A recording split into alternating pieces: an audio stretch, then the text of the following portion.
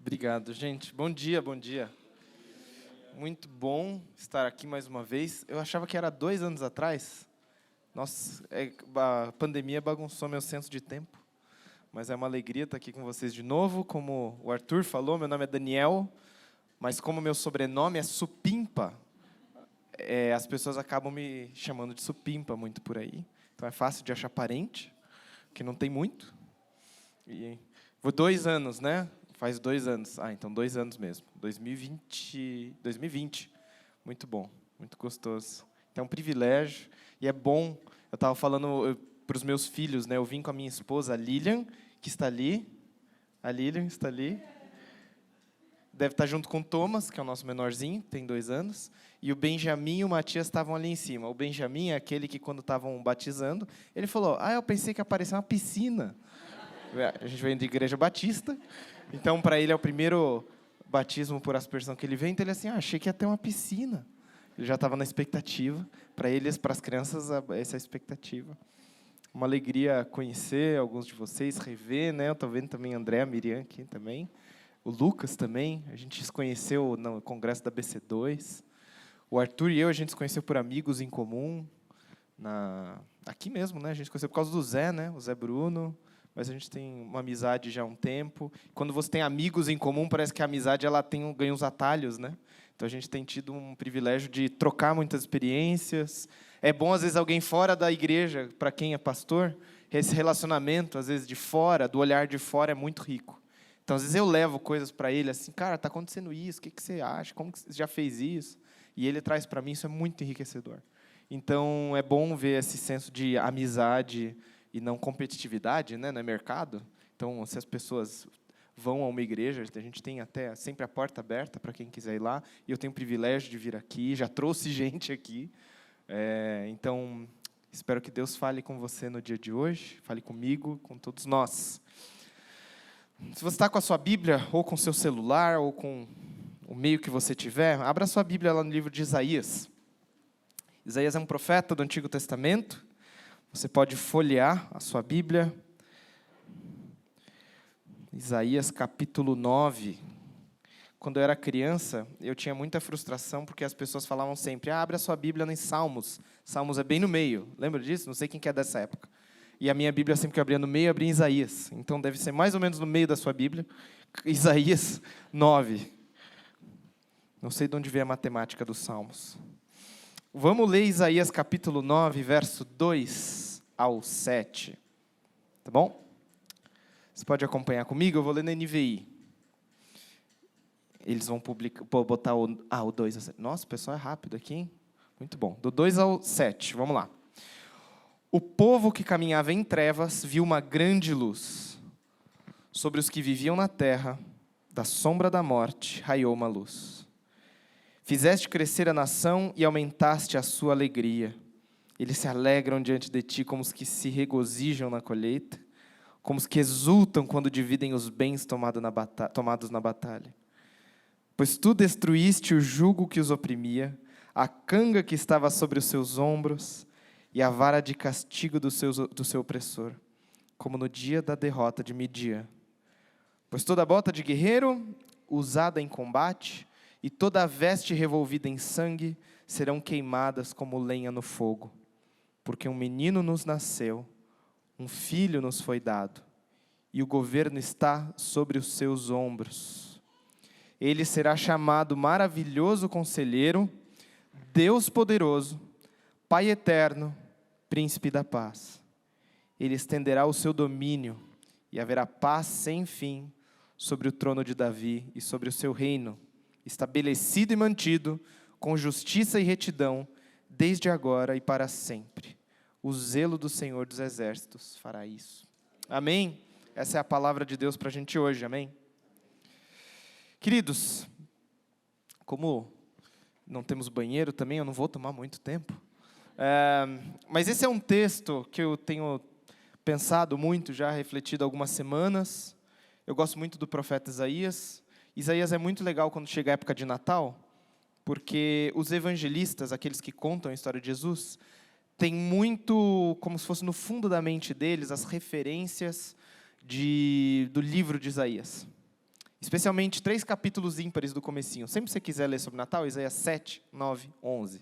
Sempre vai trabalhando assim, porque o profeta Isaías está trabalhando, olhando para frente, sobre a expectativa de que tipo de rei, que tipo de homem mudaria a história do povo de Israel, ao mesmo tempo que ele não tem uma clareza exata de como vai ser isso. E os evangelistas, Mateus, Marcos e Lucas especialmente, eles olham para trás e falam: Isaías falava de algo e nem sabia quão certo ele estava. Está até melhor do que Isaías previu. Então eles estão sempre trabalhando com o livro de Isaías. É um livro muito importante para os autores do Novo Testamento. À noite você vai pregar no 11? Olha aí, já tem a série, a sequência. Spoiler, não vou contar então. Você vai ler, vai vir, vai participar, vai ser bom. Mas o que é importante da gente ter em mente é que esses capítulos falam muito sobre nomes que seriam dados a esse que é uma expectativa, olhando adiante para uma espécie de rei, descendente de Davi, que seria muito importante para o povo. Qual que é o contexto disso tudo? Não sei quem já leu o livro de Isaías, mas especialmente Isaías 7 tem a história, uma narrativa, de como o reino de Israel nessa época estava dividido. Existia o reino do norte e o reino do sul. Antigamente teve Saul, Davi e Salomão que reinaram sobre o reino inteiro de Israel, colocados como reis sobre o povo de Deus, mas em um momento com o filho de Salomão houve um racha. Então teve um reino, 10 tribos ao norte e 2 ao sul. Às vezes o sul é chamado de Judá e o do norte Israel. E nesse período, o reino do norte está sofrendo invasões de um império antigo chamado Assírio, que eram chamados, com razão, como os nazistas da antiguidade, porque eles eram torturadores, levavam para campos de extermínio, eles misturavam raças das pessoas para que elas perdessem identidade nacional, eram muito violentos. Eles, inclusive, tinham práticas de expor os escravos e obrigassem os escravos a acorrentá-los e levá-los até a Síria. E, às vezes, as pessoas morriam, porque eles eram muito, muito duros, muito cruéis com as pessoas a quem eles escravizavam.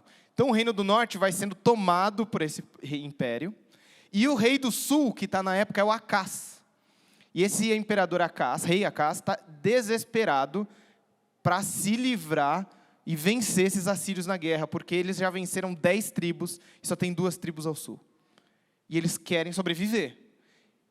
E é aí que vem muito daquela promessa do Emanuel, que o Isaías vem e fala: peça um sinal ao Senhor. E o Acás estava envolvido com várias alianças, com o Egito, com outros povos, tentando ganhar força militar. E ele fala: de maneira nenhuma, como que eu vou tentar o meu Deus? Não vou pedir um sinal, não. E daí o Isaías fala assim: pois bem, você não quer pedir um sinal, mas está tentando se virar aí pela sua própria força. Mas mesmo assim, Deus vai te dar um sinal. A virgem conceberá e dará à luz a um menino. E ele será chamado Emanuel. Já ouviu essa passagem? Emanuel é uma palavra, uma junção de 2 palavras hebraicas, quer dizer Deus conosco. Conosco está Deus, né? O Deus está conosco. E ele faz essa promessa, Isaías está falando para algo próximo, mas sem saber, ao mesmo tempo, aquilo ia se cumprir de uma forma mais plena e poderosa em Jesus. A ideia da promessa é: antes que o menino cresça e tenha a condição de separar o bem do mal, e de ele ainda for jovem, você vai ser liberto por um sinal maravilhoso. Era uma maneira de dizer: se hoje uma moça engravidasse e tivesse um filho, e antes dele completar a idade de discernir o bem do mal, que para os judeus era ali ao redor dos 13 anos, ou seja, 9 meses mais 13 anos, em menos de 13 anos e 9 meses, Deus vai destruir a Síria, e vocês não vão ter que temer mais ela. E aí vocês vão saber, pode dar o nome desse menino, se nascer um menino agora, de uma gravidez, agora pode chamar Deus está conosco, porque Deus vai libertar vocês. Então, esse nome, o nome é Emanuel. Quando a gente chega no capítulo 9, a gente tem uma nova sequência de nomes que são dados. E esses nomes são muito importantes. Na antiguidade, o nome não era só pela sonoridade. Eu tenho 3 filhos: Benjamim, Matias e Thomas. É só lembrar do sanduíche do Subway, BMT. É uma forma é a sequência. É um jeito de lembrar. A ordem alfabética também, é outro jeito. Mas o Benjamim, o Matias e o Thomas, a gente, quando for escolher o nome deles, e quem já passou por isso, você tem uma gravidez, sei que o Arthur e o Maru estão passando isso, Você tem a gravidez e parece que você tem uns 9 meses para testar. Será que isso soa bem? Testa um nome, testa o outro. Que apelido que isso vai dar? E se eu for... A gente fica testando o nome do filho, não fica? Quem já passou por isso sabe. Espero que outros passem, porque a bênção da paternidade e da maternidade são muito ricos. Muito ricas. As bênçãos são muito ricas. Então, quando você vem para essa escolha do nome, a gente quer escolher a sonoridade. A gente quer escolher algo que tem um significado legal. A gente queria que os nossos filhos soubessem que os nomes deles foram pensados. Então, Benjamim é o filho da minha mão direita. Matias é o presente de Deus, é dado por Deus. Thomas, na verdade, Thomas é o mais assim. Thomas é semelhante ao gêmeo. Tanto é que lá tem o Tomé. Lembra de Tomé? Thomas é a versão latina, anglo-saxônica também, quer dizer gêmeo. Né? Ele era gêmeo, Dídimo também chamado Thomas. Então, provavelmente, ele era irmão gêmeo de um dos outros discípulos. Ou tinha um irmão gêmeo. Então, Tomé, só que a gente chama ele de Tomé na época, Thomas. Porque a gente queria, assim, ao mesmo tempo que ele fosse semelhante a Jesus Cristo, e porque quando ele nasceu, ele era muito parecido com Benjamim. Então, a gente botou o nome Thomas. Então, a gente trabalha o nome e fica pensando, tá, que apelido que isso vai dar, que sonoridade isso vai dar, o significado que isso vai dar. E é uma fase muito legal. Não sei como as pessoas que têm filhos aqui enfrentaram isso. A gente teve toda essa tentativa. O Matias foi mais surpreendente porque nós decidimos não saber se ia ser um menino ou uma menina. E só decidimos para saber no nascimento dele. E quando ele nasceu, a gente estava tão certo que era uma menina, que quando ele nasceu, a gente ficou, é um menino. E a gente não tinha pensado no nome. E ele ficou 6 dias sem nome. Era o nenê. Ele ficou 6 dias sem nome. O Matias nasceu numa época que a gente morou fora do país e morava no Canadá. E no Canadá você tem até 10 dias para registrar. Claro, no Brasil isso ia dar sequestro de criança, que ia ser uma loucura. Mas lá eles fazem. Então, ele teve 6 dias sem nome. E aí foi um privilégio poder falar, bom, ele foi dado e a gente não sabia que ia ter ele. A gente achou que ia ser uma menina, mas então a gente vai receber isso como um presente de Deus. Então, Matias foi a escolha.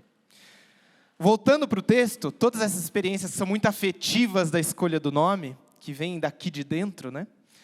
Elas também estiveram envolvidas nesse senso de olhar para frente, no capítulo 9, especialmente, quando você vê essa figura, quando Isaías está trazendo essa profecia, esse oráculo, e olhando para frente, a expectativa de um descendente do rei, que traria uma nova época de paz. Ele traz algumas características, que ele vai trazer luz em meias trevas, que ele vai trazer vitória em combates, que ele vai trazer paz, estender o domínio. E eu quero focar com vocês hoje no versículo 6 e 7, porque esse rei é uma espécie de herdeiro, um menino nos nasceu, então ele não é um conquistador que vem de fora, que domina e vira o novo rei. Ele é um descendente, um filho, uma criança, e sempre nascimento de crianças vem com expectativas. E ele será chamado 4 nomes, alguns colocam 5, outros 4. Maravilhoso conselheiro, Deus poderoso, Pai da eternidade, na antiga tradução, ou Pai eterno, e Príncipe da paz. E esses 4 nomes, eles são muito característicos, assim, é igual o Emanuel, é que Emanuel ganhou uma força muito grande por causa do Novo Testamento. Emanuel, a gente já virou um nome, tem gente que se chama Emanuel, ou Manuel, uma abreviação. Mas todos eles também são títulos. O nome do menino vai ser Deus conosco. O nome do menino que vai nascer é Maravilhoso Conselheiro, ou Conselheiro de Maravilhas. O nome desse menino que vai nascer vai ser Deus Poderoso, Pai da Eternidade, Príncipe da Paz. Sempre blocos de 2. Por isso que eu acho que são 4. Tem tradutores que acham que é maravilhoso, vírgula, conselheiro, vírgula. Mas eu acho que é Maravilhoso Conselheiro, Deus forte, Pai da Eternidade, Príncipe da paz. E esses nomes são carregados de expectativa também, né? Por que você precisaria dar 4 nomes para ele? Acho que é uma hipérbole poética que o profeta está trabalhando, para falar que ele é um herdeiro ideal. E esse herdeiro ideal tem características que são marcantes. É como se um nome não fosse suficiente para capturar quem ele é. Ele precisa de mais nomes. Então, quando você tem um conselheiro de maravilhas, ou um conselheiro que é maravilhoso, você está pensando numa pessoa que é um estrategista, que é uma pessoa sábia. Isso lembra muito o rei Salomão. é uma pessoa que discerne decisões boas. Lembra do caso das 2 mulheres com os filhos, um morre e o outro não? Ele é sábio. Então tem sabedoria nessa criança que vai nascer, que vai crescer, que vai ser um rei. E um povo precisa de governantes sábios. Além disso, ele vai ser Deus poderoso. E aí é que entra a primeira coisa. A gente olha para esse texto com as lentes do Novo Testamento. Para a gente fala, olha aqui, Isaías falando que ia ser a encarnação de Deus. Esse Jesus é o próprio Deus feito homem. O que é verdade. Mas nos olhos de Isaías não deve estar imaginando inicialmente que Deus um dia viraria uma criança. Mas o que ele está falando provavelmente é, esse menino vai ser tão próximo do que Deus tem para a gente, que igual Deus conosco, poderia ser o nome da criança.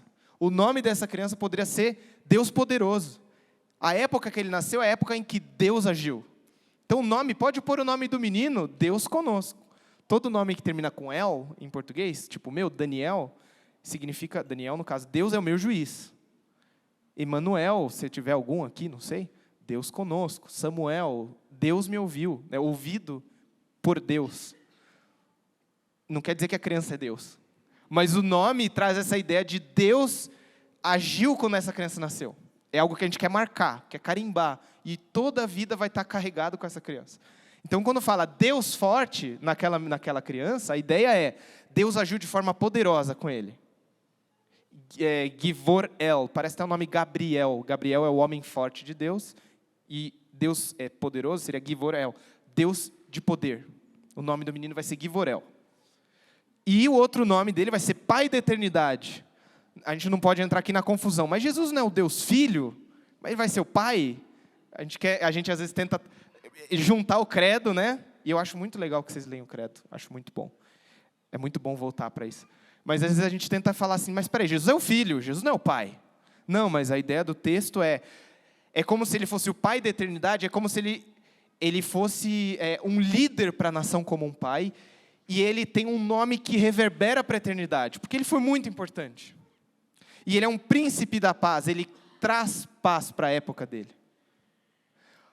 Aí entra esse senso, quando os autores do Novo Testamento, os primeiros cristãos começam a trabalhar com a Escritura, eles mesmos começam a olhar para trás e falar, Isaías falou que a criança ia ter esses nomes, maravilhoso conselheiro, Deus forte, fugiu um Pai da eternidade e príncipe da paz. E Isaías não percebeu, mas ele estava mais certo do que ele sabia. Esse menino é mais da presença de Deus do que Isaías imaginou. É o que próprio Mateus faz. A virgem conceberá e dará à luz um menino chamado Emanuel. É porque lá na época de Isaías, Deus estaria com o rei Acás, com o rei Ezequias, o filho dele, e Deus estaria com eles. Mas isso agora ganha um negócio mais profundo. Deus não só está conosco agindo, Deus está conosco nesta criança. Algo poderoso nisso. E é uma expectativa de paz sem fim que vem desse reino. Tanto é que quando o anjo aparece para Maria, num dos textos que a gente lê bastante, em Lucas capítulo 1, ele fala, não tenha medo, Maria.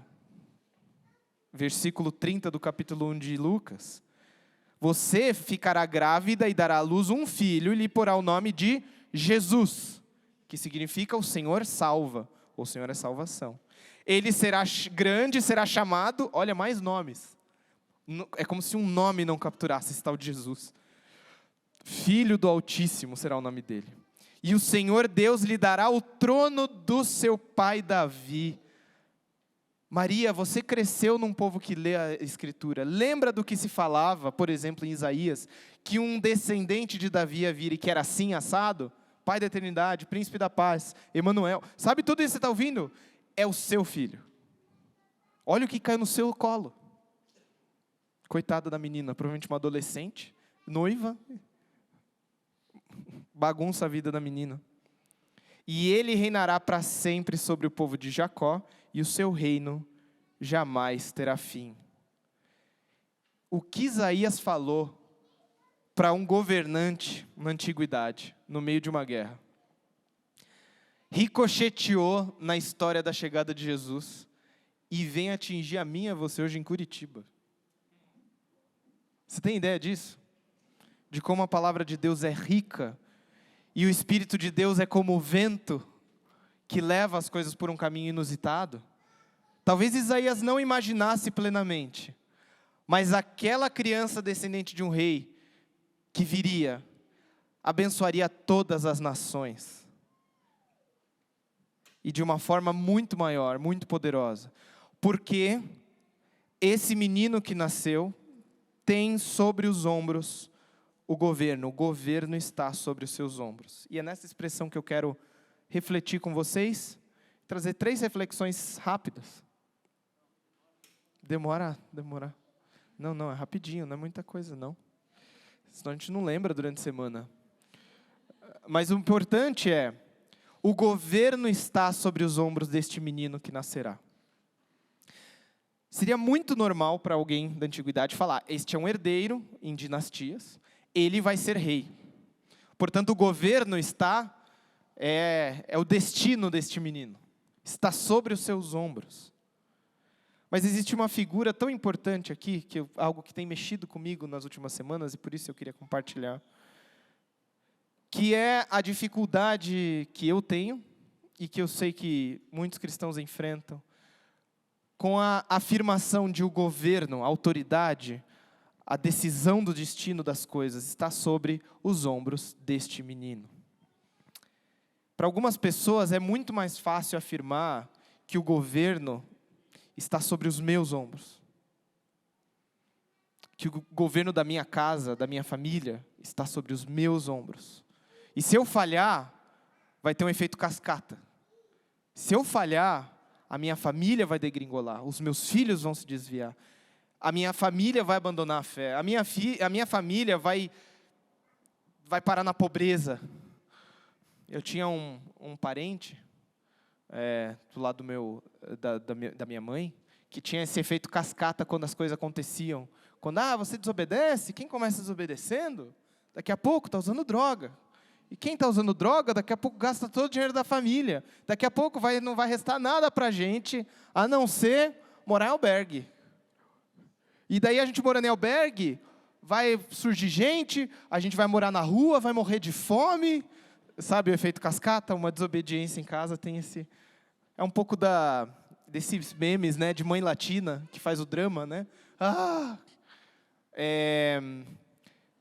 E acho que existe um pouco desse peso colocado sobre muitas pessoas, especialmente aqueles que têm responsabilidades como pais e mães, que é uma fase em que o senso de ser responsável por alguém é novo e é, às vezes, esmagador, e enche de dúvidas e te enche de pressões.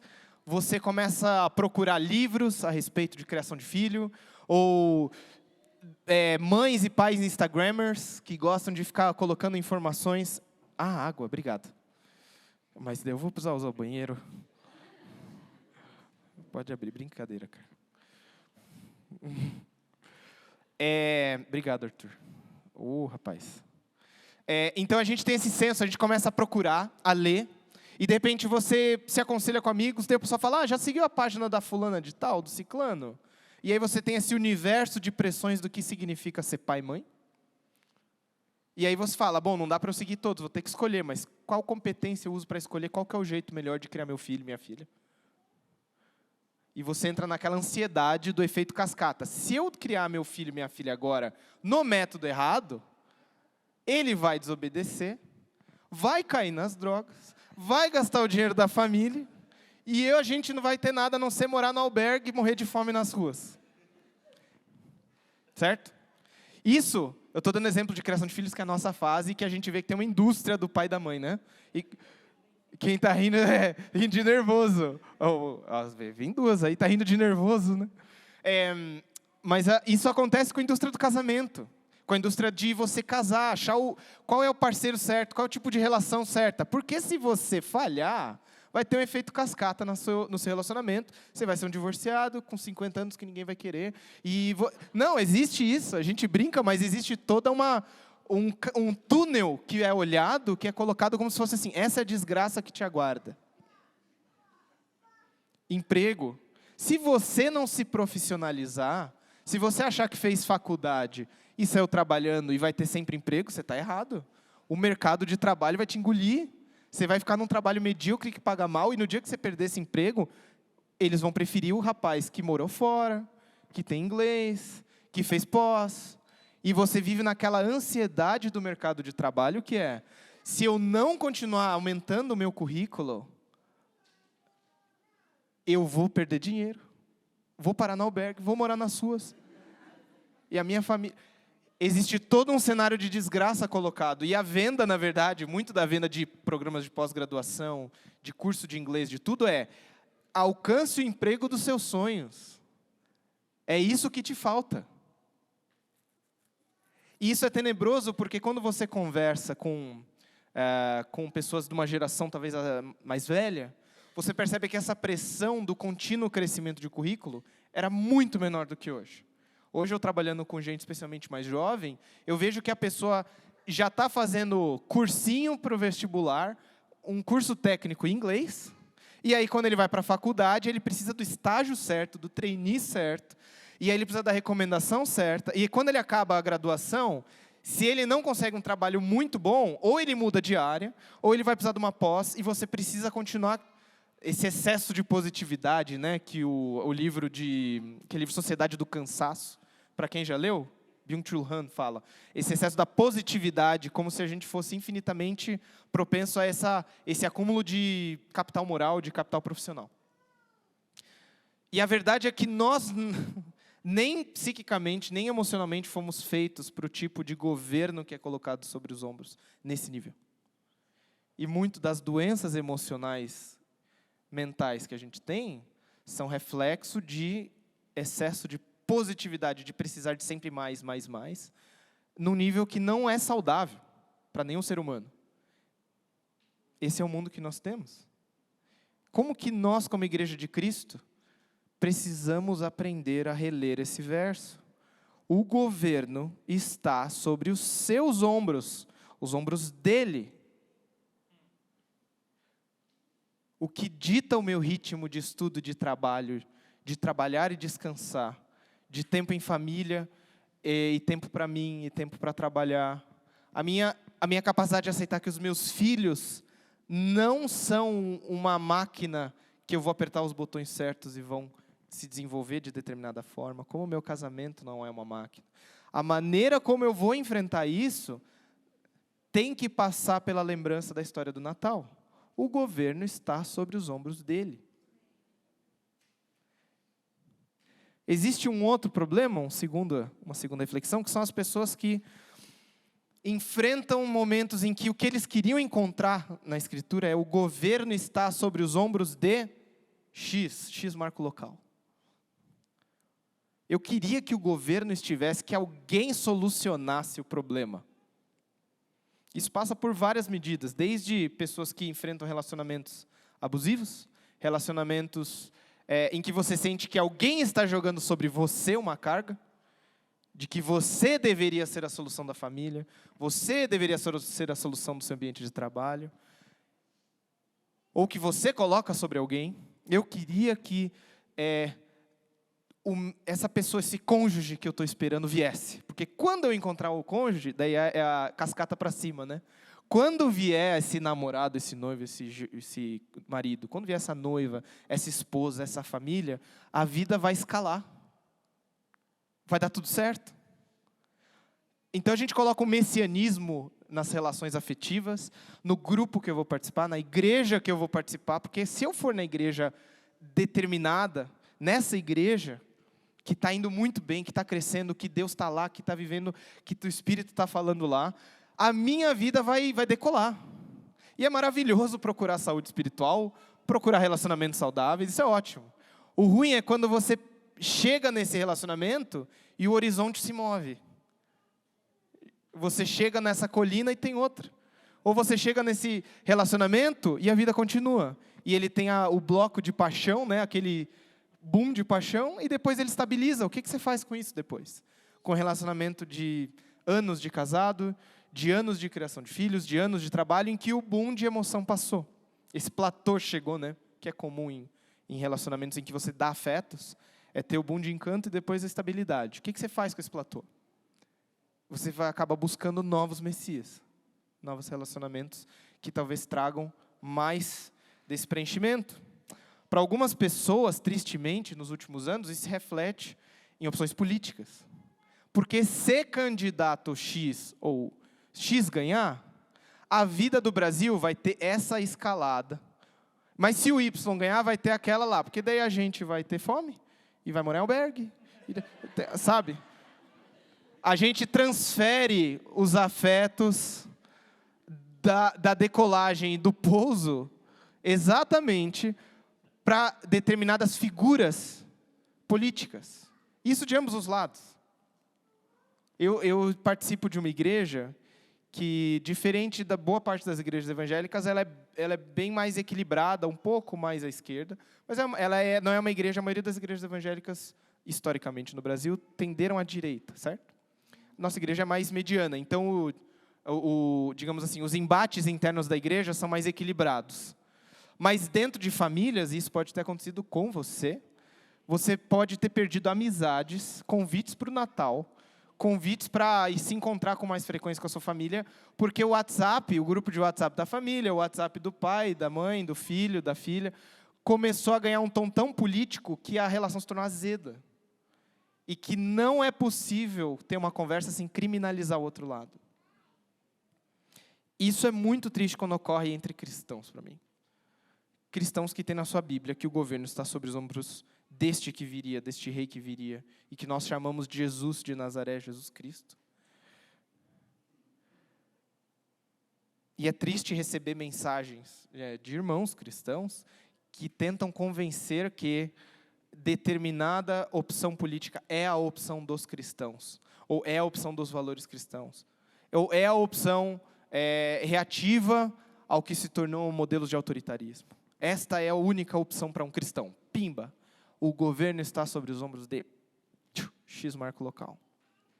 Para mim, isso é uma demonstração de que nós, igreja, ainda temos que amadurecer muito na nossa noção de participação pública, de participação política, de aceitar onde o evangelho deve ser relevante e onde a igreja deve se manter santa.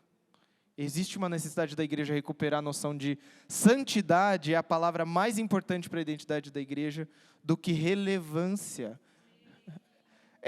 Por que eu falo isso? Porque eu acho que a igreja teve 20, 30 anos. Depois que a igreja evangélica cresceu no Brasil, a gente teve um entorpecimento crescente com a possibilidade da igreja ter feitos públicos. Se a igreja lutar por tal lei que protege os pobres, vou botar uma coisa assim, que ajuda as viúvas, vamos estar sendo relevantes.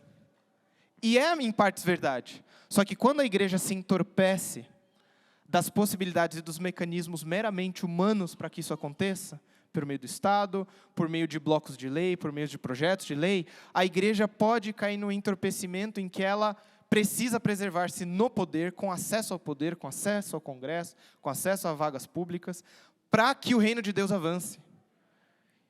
E se você conversa com irmãos, a gente tem amigos que moram na Tailândia, alguns que trabalham na China, que tem zero de acesso a estruturas públicas, a igreja cresce. Como que você explica isso? E pessoas vão para a igreja, as pessoas querem ir para a igreja mesmo com perseguição. Por que nós, Igreja de Cristo no Brasil, entendemos que se nós perdermos o acesso público, a Igreja de Cristo vai diminuir? A Igreja de Cristo vai sofrer, vai ser perseguida? Possível. Possível. Mas isso é parte da missão da igreja. Leia o livro de Apocalipse. Aqueles que seguiram o caminho do Cordeiro. E o Cordeiro, no capítulo 5 de Apocalipse, é aquele que parecia ter estado morto. Como que a igreja diz que segue os passos do Cordeiro, se ela não aceita parecer estar morta, se ela não aceita parecer sofrer, se ela não aceita esse caminho? O evangelho cresce quando a igreja se mantém santa. E na santidade da igreja, vão existir pontos em que a igreja vai soar relevante e vai soar retrógrada, ou vai soar relevante ou vai soar exageradamente progressista, porque a igreja não se encaixa em espectros políticos exatos. E é por isso que é importante nós voltarmos. Qual é a missão da igreja como igreja santa, sem mácula? Eu preciso voltar para a Escritura e preciso conhecer a história da salvação de Deus por mim. E eu preciso me encantar com ela, porque as nossas conversas políticas hoje já passaram do nível de argumentos racionais e elas querem conquistar os nossos afetos. E os nossos afetos não podem pertencer a mais ninguém, mas para aquele que tem o governo sobre seus ombros.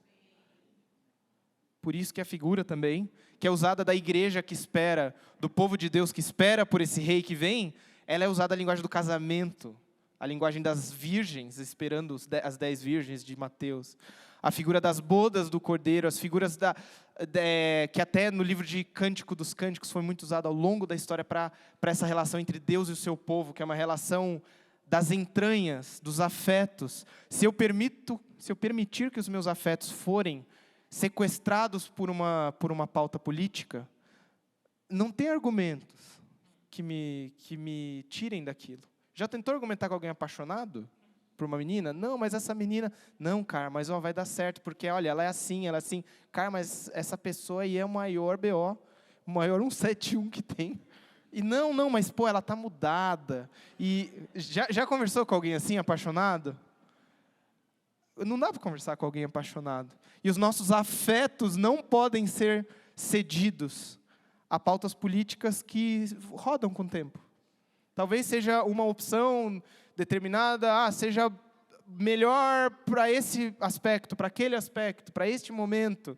Mas você falar que tudo vai dar certo ou tudo dar errado, é de uma falta de fé muito grande no que Jesus Cristo pode fazer numa igreja, num mundo que está sofrendo, num país que está sofrendo. Se o Brasil sofrer nos próximos mandatos, a igreja vai ter que orar mais, ser santa e trabalhar mais por aqueles que Deus colocou diante de nós. A missão da igreja segue. A igreja pode ser igreja em ditaduras, a igreja sobrevive. Ainda que ela questione, ela sobrevive. Ela não morre. As portas do inferno não vão prevalecer sobre ela. O governo sobre os meus ombros, o governo sobre os ombros de outrem. E a gente chega no que Isaías fala. Os ombros sobre este filho de Davi. Que os evangelhos vão resgatar com frequência. Que nos anúncios do nascimento de Jesus, eles estão ecoando Isaías. Maria, ele vai se chamar Jesus, porque ele vai salvar o povo dos seus pecados. Porque o seu reino jamais vai ter fim. E Maria e José, provavelmente os dois descendentes de Davi, descendentes da tribo de Judá, saberiam o que isso significaria. Significa que todas aquelas linhas de expectativas, de nomes colocados sobre um futuro descendente, recairiam sobre esse menino que nasceria. E claro que tem as perguntas deles. Maria e José não são completamente cegos à situação, porque quando chega o anúncio para Maria, Maria, você vai ser a mãe desse menino, esse descendente de Davi. Mas como pode ser isso se eu sou virgem? Como pode esse tal de Jesus ser adequado se todos os caminhos humanos não congruem com o que está acontecendo com ele?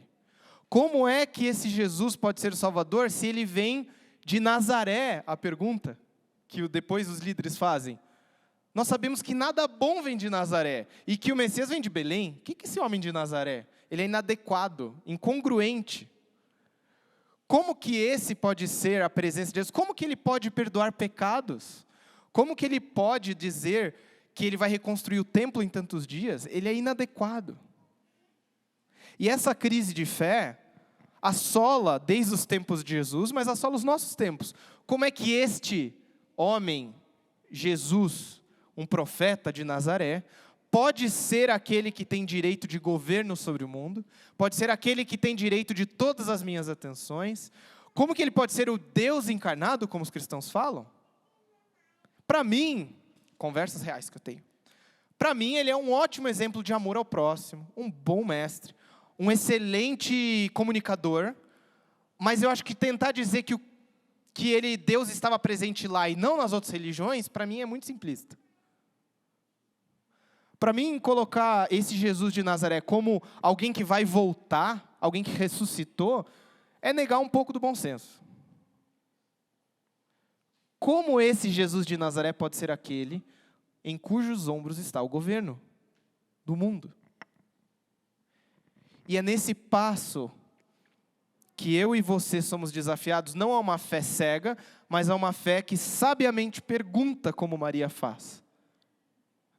Maria, eu fico pensando assim, né? Quando chega para essa menina adolescente, Maria, o seu filho vai ser o filho de Davi, o descendente, que vai reinar, o seu reino nunca vai ter fim. E a primeira pergunta de Maria é: como vai acontecer isso se eu sou virgem? Essa é uma boa pergunta. Essa é uma ótima pergunta.